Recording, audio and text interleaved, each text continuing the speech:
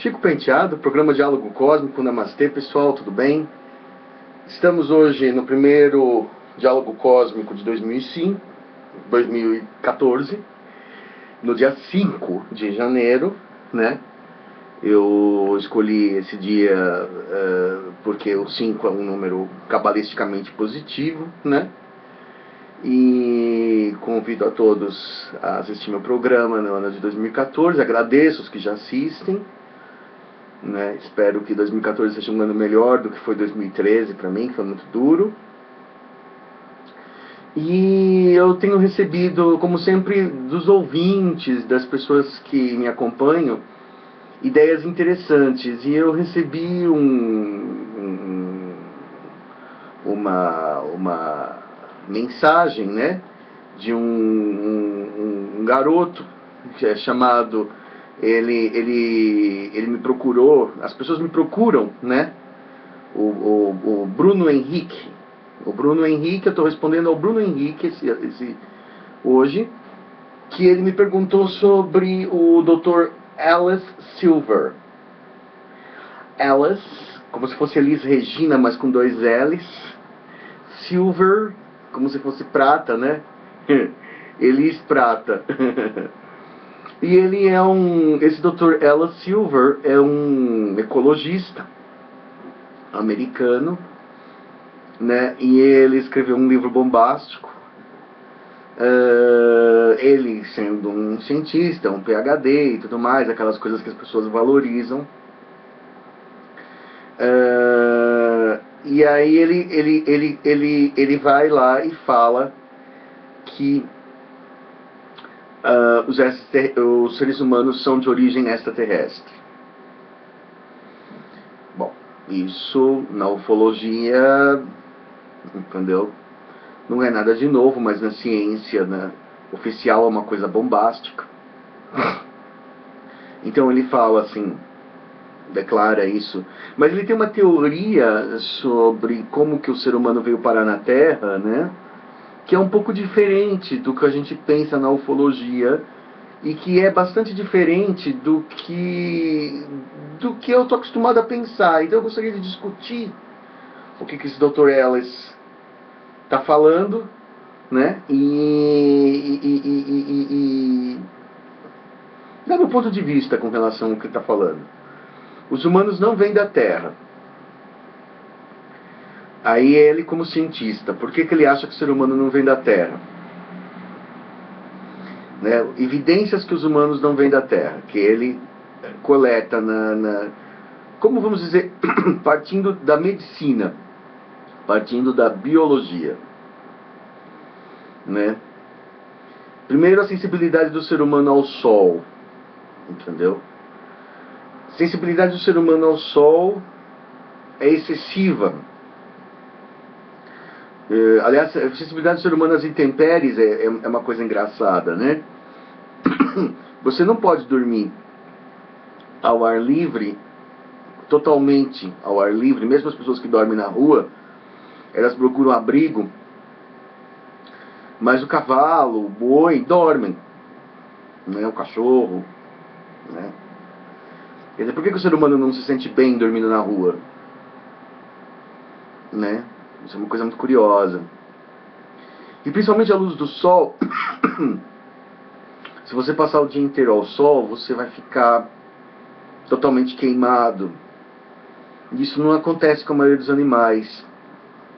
Ou aliás, não acontece com nenhum animal que eu conheço, embora os animais também não fiquem totalmente expostos ao sol normalmente. Certos lagartos, mas assim, geralmente o cavalo e tal, ele anda ao sol sem problemas. Mas eu não sei o que acontece, se, por exemplo, isso também dá insolação no animal, né? Mas ele está falando aqui que a sensibilidade da pele humana ao sol é uma coisa fora do normal. A rapidez com que o ser humano se queima, né? Em 2, 3 horas a pele já está totalmente, né? Ou seja, o ser humano não foi desenhado biologicamente para ficar debaixo do sol, o que é um absurdo. Você nasce num planeta que você não nasceu para suportar o sol, né? Outra coisa que ele coloca, não sei, quem for cientista que gostaria que desse seu parecer, né? É a questão de que o humano, o bebê, né, tem uma cabeça exageradamente grande na hora de nascer. Que existe uma disfunção entre o tamanho do canal vaginal e a cabeça do bebê na hora do nascimento, tanto que muitas mulheres morrem de parto. Não é comum, por exemplo, cachorro, gato morrer de parto, né? Eu já vi também, às vezes o animal está fraco e o cachorrinho, gatinho não sai também. Eu já vi coisas desse tipo, isso aí é um grande problema para veterinário, isso é frequente, mas realmente a cabeça do ser humano é exageradamente grande na hora que nasce, né? Se você vê os animais pequenos, eles não têm essa desproporção. Interessante, né? Humanos estão sempre doentes, eles têm uma facilidade maior do que o normal para adoecer. Talvez porque seus relógios biológicos estejam desenvolvidos para uma hora de 25, um dia, né, de 25 horas, não 24, como a Terra. Não entendi a relação, entendeu? Por que você fica doente por causa de 25 horas? Eu acho que hoje em dia as pessoas dormem pouco, né? O que eu percebo, assim, no meu trabalho é que, assim, os meus alunos e tudo mais, todos eles dormiram 5 horas, 6 horas, e realmente, assim, dormir menos do que o devido, né? Eu tenho o privilégio de dormir à tarde, por ser professor, muitas vezes eu durmo à tarde, mas, assim, as pessoas que dormem 5 horas, 6 horas por dia, realmente acabam ficando doentes, isso eu acho... agora, por exemplo, se o dia tem 24 horas, ou 23, ou 22, ou, né? Eu não sei, depende, por exemplo, o relógio biológico de sono, por exemplo, de repouso do ser humano, classicamente são 8 horas, mas tem gente que dorme 6, tem gente que dorme 8, tem gente que dorme 10, né? Então, assim, eu não sei se isso, por exemplo, tem a ver. Ele colocou, está na teoria dele. As pessoas não se sentem bem nesse planeta. Aí tem fatores psicológicos, né? Aí tem a questão... Aí tem algumas vezes a questão da reencarnação de ET. Às vezes é simplesmente porque a vida aqui tá ruim. Muitas vezes as pessoas falam pra mim... Aí é uma parte interessante. Muitas vezes as pessoas falam pra mim... eu me sinto infeliz, eu sinto que eu não pertenço aqui, né? Eu sou ET. Nem sempre só por isso, né? Se a gente for falar de um sentido espiritual, agora saindo um pouco do Alice Silver, porque a gente também teve outras vidas, talvez mais felizes do que essa, na Terra mesmo, entendeu? Existiram outras épocas, onde as pessoas eram talvez mais felizes, onde a vida não era tão mecânica, tão massificada, onde talvez a Terra não tivesse, as pessoas fossem mais criativas, tivessem as coisas, a vida fosse mais agradável, entendeu? Então a gente pode às vezes ter saudade do passado, de um passado que não, uma nostalgia de um passado desconhecido, né? Desconhecido nessa vida. Muita gente, por exemplo, gostaria de ter vivido no século XVIII, muita gente gostaria de ter vivido na Idade Média, muita gente gostaria de ter vivido na Roma Antiga. Isso faz sentido, do sentido reencarnacionista, né? Devem ter vivido, não é que eles gostariam de ter vivido, devem ter vivido e gostaram, né? E talvez o mundo de hoje não ofereça, né? Eu uma vez conheci o Gasparetto, eu estava estudando arquitetura, né? E eu falei assim, por exemplo, eu estou estudando arquitetura, né? Eu falei assim, mas eu não me identifico com a arquitetura de hoje, eu acho que a arquitetura contemporânea é árida, triste, feia. Eu gosto mesmo de como era no século XIX e tal, né? E aí o Gasparetto, não deve lembrar dessa história, isso foi um encontro muito fortuito, assim, ele fala com milhões de pessoas. Ele falou assim pra mim, realmente, porque você numa outra vida você foi um artesão, um fachadista lá na Itália, segundo ele, né? Ele viu lá, teve uma visão de uma vida passada, em que eu fazia as fachadas dos prédios, né, as esculturas, os frisos e tal. Falou assim, realmente você estudar arquitetura não tem a ver com você, não. Eu acho que você não vai Hoje você não vai se encontrar nessa profissão. Ele falou isso quando eu tinha 19 anos de idade. Hoje eu tenho 47. Então, e realmente eu me formei, não exerci, detestei. Acho horror, horror. Acho horror Niemeyer, acho horror Le Corbusier, Bauhaus e tudo aquilo. E eu não sei por que eu fiz. Quando eu acabei, eu falei assim, meu Deus, o que eu fiz? Né? Quando eu acabei minha faculdade de arquitetura, eu me arrependi até a morte. Né? Falei assim, eu devia ter estudado veterinário, eu devia ter estudado psicologia, sei lá, entendeu? Letras, tudo menos aquilo, né?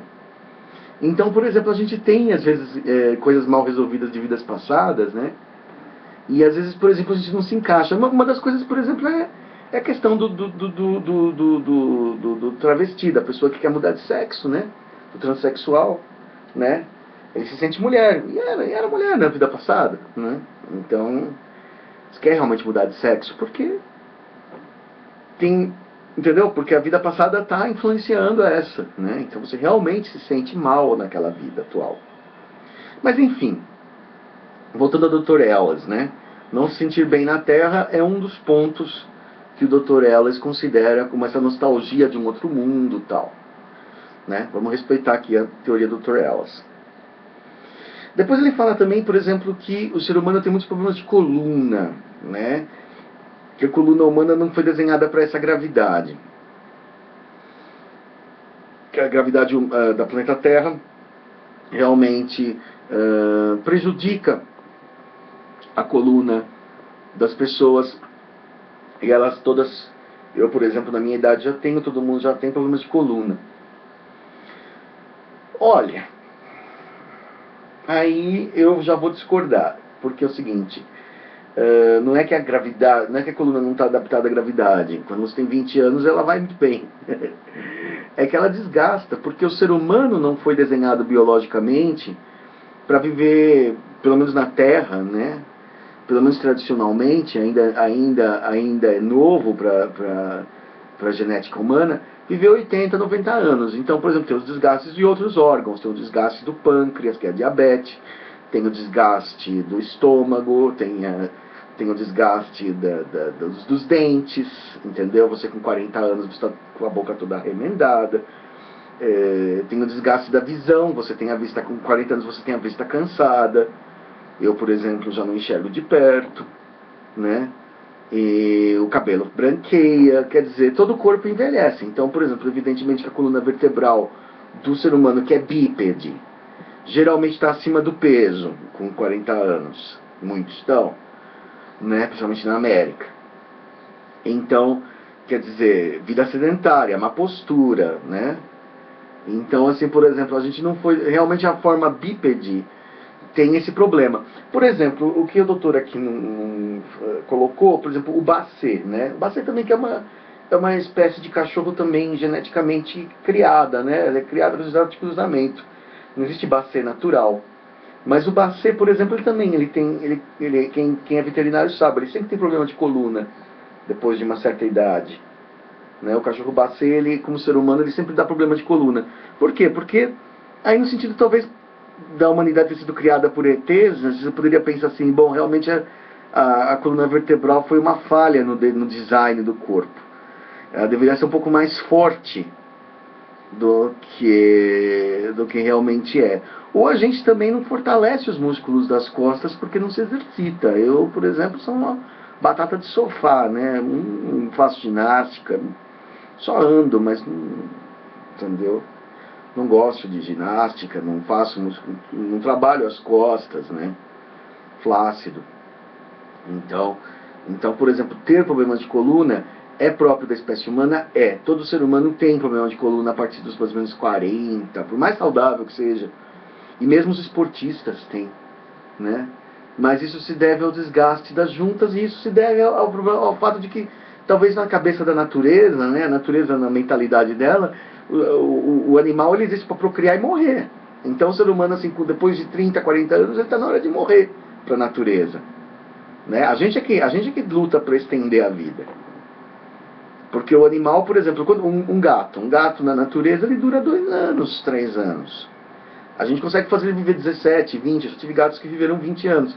Mas é artificial do ponto de vista do ecossistema, né? A gente estende a vida, por exemplo, ter 47 anos é muito do ponto de vista da natureza. A gente faz viver até 80, 90, até 100, né?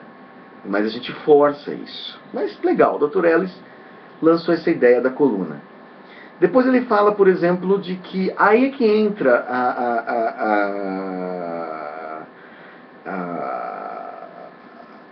a teoria do Dr. Ellis, que é interessante. Que agora a gente vai entrar no X da questão. O Dr. Ellis lança a ideia de que o ser humano é uma raça exilada, que veio de outro planeta. Esse outro planeta tinha uma gravidade menor, esse outro planeta tinha um dia mais longo, né? E esse outro planeta estava um pouco mais distante do Sol, né? Ou seja, entendeu? Por exemplo, mais distante do Sol, menor gravidade, por ser menor, e, por exemplo, mais frio, e ter uma gravidade menor. Bom, que planeta corresponde a isso? A gente tem o vizinho aqui, Marte, né? Então, por exemplo, o primeiro planeta que a gente pode pensar é Marte.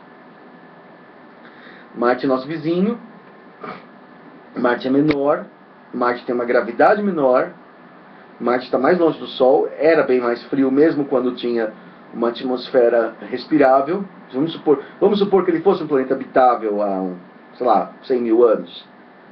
Entendeu? Então o ser humano seria, segundo o Dr. Ellis, ele não disse marciano, ele disse de outro planeta. Ele não fecha a hipótese marciana, mas a gente entende que está se referindo a Marte, né? Ou Marte encaixa nisso que ele está falando. E aí ele fala que uma espécie extraterrestre teria colocado a Terra como prisão, né? A história do planeta prisão, e que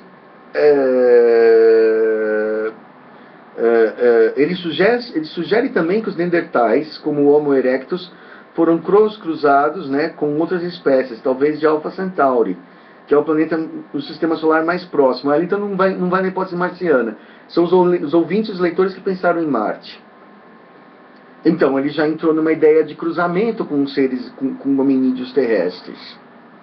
Aí ele já começa a entrar naquela coisa do Zacarias Sitchin, do 12º planeta, dos Anunnakis e tal. Agora já misturou um pouco, já saiu um pouco do que eu tinha ouvido originalmente. Mas ele tinha falado que, por exemplo, que a Terra é um planeta prisão, e que os extraterrestres apenas observam o andamento da civilização de longe, né, com seus UFOs, e que não querem contato, e apenas observam para que o ser humano não escape, né? O que faz muito sentido, né? Nesse sentido eu concordo com o Dr. Ellis. Eu realmente acho que os extraterrestres vêm para a Terra mais para ver se o ser humano não vai pôr as mangas de fora, né? Tanto nuclearmente como na corrida espacial, se ele não vai descobrir como é que vai embora, do que realmente para ajudar, entendeu? Então é muito interessante essa ideia de que, por exemplo, que o extraterrestre, pelo comportamento dele arisco, esquivo, tal, seletivo, fala só com algumas poucas pessoas, faz exames em algumas poucas pessoas, coleta esperma e óvulos de algumas poucas pessoas, a gente tem a impressão de que muitas vezes ele não só não quer o contato, como está controlando o campo de amostragem para impedir que a coisa saia de controle, né? Porque, por exemplo, na Idade Média, na Renascença, você não tinha a consciência dos extraterrestres. Então, por exemplo, a gente não sabe, é um pouco difícil dizer, por exemplo, se na Idade Média ou no século XVIII, XIX, se a quantidade de abduções era a mesma que hoje, mas parece que hoje em dia é bem mais, ou a gente entende como sendo bem mais, né? Mas eu estou supondo que até o século, até Roswell, né, até a era nuclear, até 1945, 49, até essa época, era muito menos a quantidade de abduções. E isso se explica pelo fato de que o ser humano começou a se tornar uma ameaça. Primeiro, uma ameaça nuclear para o planeta, né? Os extraterrestres se tornaram obrigados a defender o ecossistema, na verdade não defender a espécie humana, mas defender o ecossistema, defender a biosfera, né? E também se preocupar com a saída do homem no espaço, coibir, entendeu? Por isso que eu falo que não vai haver colonização de Marte da parte dos humanos, porque no máximo uma base na Lua, porque simplesmente o ser humano não tem visto. É que nem brasileiro quando ele quer viajar para certos países que tem que pedir visto, né? E o visto é negado. Então, por exemplo, o ser humano também, ele vai... ele tem o visto negado para o espaço, entendeu? Enquanto espécie. Não tem o direito de morar fora, os extraterrestres têm a força. Então, eles falam assim, não, você não vai. Você não vai, não vai, a gente tem direito. Não faz, você tem direito ou não tem direito, você não vai. Ah, mas nós temos iguais no nosso livre-arbítrio. Tudo bem, só que você não vai. Entendeu? Quer dizer, eles podem, pelo uso da força, pura e simples, impedir que o ser humano vá morar em Marte ou saia por aí colonizando o espaço. Por enquanto, né? Porque chega uma hora que o ser humano aprende a construir naves e armas e tal, que leve ele aí ao espaço mesmo, de fato, e ninguém consiga segurar. Agora, o que o Dr. Ellis coloca, assim, por exemplo, de que ele coloca assim, ele também coloca que os humanos não são desenhados para serem expostos ao sol, como são na Terra. Eles não conseguem tomar banho de sol por mais que uma semana ou duas, diferente de lagartos, né? E não podem ser expostos ao sol diariamente. Dr. Ellis disse que muitas pessoas sentem que não pertencem à Terra. Estou pegando diretamente do inglês, desculpa. Eles sugerem para mim que a humanidade evoluiu de um planeta diferente e fomos trazidos aqui como uma espécie altamente desenvolvida.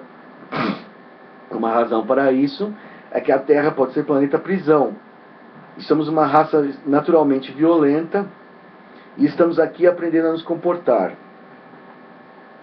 Dr. Ellis disse que o livro visa criar um debate, né? Conduzir as pessoas ao contato com novas sugestões da possível evidência desse fato, né? Enquanto outros cientistas disseram que algumas bactérias chegaram da Terra do espaço, Chris McKay, astrobiologista da NASA, disse que pular para esta conclusão pode ser um grande passo. Um grande pulo, né? Quer dizer, na verdade, negativamente, pode ser um passo exagerado. Eu acho assim, ele não é o primeiro a falar isso, né? O Zecharia Sitchin, quando ele fala do 12º planeta, fala que os Anunnakis pegaram o hominídeo primitivo e misturaram com eles mesmos e criaram o homem. Então a ideia do homem criado por extraterrestres, né? Isso já ou da Terra colonizada por extraterrestres, como já falava a Bianca lá, o Carran falou para ela. Isso é normal na ufologia, né? Isso não é normal talvez na ciência, mas é normal na ufologia, né? Agora, o que é diferente é a ideia de que a espécie humana inteira viesse de Marte, por exemplo, em exílio, né? Fosse uma espécie exilada fisicamente. Não exilada naquele sentido dos exilados de capela, como você tem o livro do Edgar Armond, aquele livro espírita, que as almas migraram. Não é isso. Ele está dizendo que os corpos humanos, que a biologia humana, que essa forma humana, veio de um planeta, ou de um cruzamento de espécies, de um outro planeta que deveria ser provavelmente menor que a Terra. Entendeu? Que explicaria por que a coluna vertebral não aguenta o peso e por que a gente não suporta o Sol, não suporta esse Sol que a gente vive. Né? Não suporta. Eu, particularmente, não aguento ficar nem meia hora debaixo do Sol. Não sei. Entendeu? Eu ainda fico mais com a possibilidade do Zecharia Sitchin. Eu ainda acho mais que a humanidade foi criada como raça escrava, com genes extraterrestres cruzados com animais locais, com hominídeos locais, né? Com Homo erectus, como o Neandertal, né, para fazer o humano atual, né? Quer dizer, uma forma um pouco animalizada deles mesmos, dos Anunnakis, né? Dos humanos criadores, né? Seja lá o que eles eram, se eles eram pleiadianos, se eles eram de Nibiru, aquele lugar que eles tenham vindo, eles pegaram o gene deles e misturaram com... E na minha opinião, quem fez o serviço foram os Greys. Entendeu? Que eles são bons nisso, né? Ou os próprios Anunnaki, segundo o Sitchin, né? E eu acho isso que é mais viável do que uma espécie inteira que foi imigrada. A gente poderia estender um pouco a teoria do Dr. Ellis, né? E abrir uma nova teoria de que, por exemplo, de que Marte perdeu a sua capacidade de vida. Isso já foi muito... Isso já fizeram até filmes sobre isso, né? De ficção científica e tal, e os marcianos vieram para a Terra. Então isso explicaria a questão da gravidade, a questão da proximidade do Sol, que faz mal ao ser humano, entendeu? A Terra é habitável, era habitável para eles, mas não era perfeita, né? Ela era um planeta habitável para esses seres marcianos historicamente, mas eles moravam um pouco mais longe do Sol e tinham uma gravidade um pouco menor, né? Faz bastante sentido, né? A gente pode também pensar assim, o ser humano é de origem marciana, né? Esse Homo sapiens atual, né? Imigrado pela perda da atmosfera, que a gente pode supor que algum cataclismo cósmico levou Marte a perder parte da sua atmosfera e ficou inabitável. Hoje em dia ele tem uma atmosfera rarefeita que não dá. Também você pode pensar, seguindo os conceitos do Dr. Ellis, que os marcianos mesmo fizeram uma guerra, acabaram com o planeta deles e foram postos em exílio na Terra, desprovidos de naves e monitorados por outras espécies extraterrestres superiores, que impedem que o ser humano volte ao espaço e faça porcaria novamente, né? Também é uma teoria interessante, né? Não é, eu acabei de receber essa mensagem do Dr. Ellis, né, que o menino mandou para mim, ele me enviou de manhã e eu li, achei interessante, estou comentando, né? Sei que vem aquela enxurrada de o Bruno Henrique me enviou, né? Então eu estou comentando aqui o que eu acho. Eu acho que não difere muito do que o Zacarias Sitchin já dizia, né? As teorias mas a ideia da humanidade ter migrado de um outro planeta em exílio, né? Faz um certo sentido. Ao mesmo tempo, foi dada uma segunda chance para que ela recomeçar e tudo mais. A ideia do ser humano criado como raça escrava, para mim, faz mais sentido. Porque eu acho que realmente... Entendeu? Eu não acho que o ser humano... por exemplo, os problemas de coluna, né? São intrínsecos ao próprio desgaste biológico mesmo. Eu não acho que, por exemplo, que isso é uma prova de que o ser humano é extraterrestre, entendeu? Embora o ser humano tenha um monte de defeitos biológicos, por exemplo, a gente tem uma série de órgãos inúteis, né? Tem o apêndice, tem os dentes do siso e tal, quer dizer, a evolução humana está evidentemente incompleta, tá? Vamos pensar sobre esse assunto. Eu gostaria que vocês dessem seu input, que vocês dessem o seu feedback, o que vocês acharam. Eu achei interessante a novidade né? Sempre na ufologia, na exobiologia, aí no caso seria uma exobiologia, né? Ele sendo um ecologista, ele lançou uma tese de exobiologia, de vida fora da Terra, né? Transportada para a Terra. Então a gente gostaria de discutir com vocês, se vocês acham que é verdade, se não. Tá ok? É isso aí. Chico Penteado, primeiro diálogo cósmico de 2014, né? Dia 5 de janeiro, né? Namastê a todos e sem querer afirmar que ele está certo nem que ele está errado, apenas trazendo a vocês um novo ponto de vista, ok? Até mais.